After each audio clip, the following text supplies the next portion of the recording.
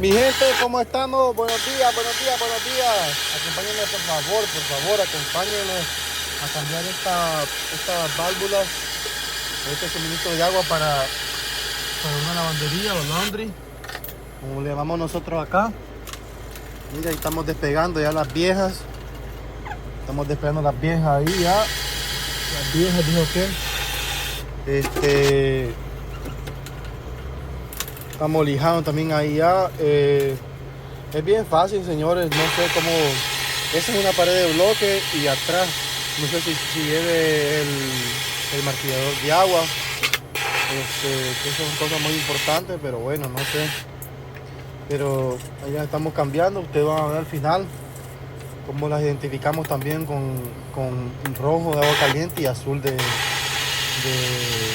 agua fría. Miren, ahí estamos lijando, ahorita vamos a soldar también.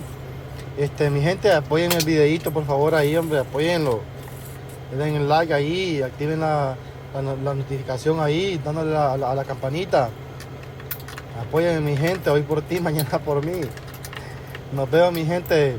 Miren, este era un domingo, me tocó trabajar. Andaba cansadísimo, la pasé mal.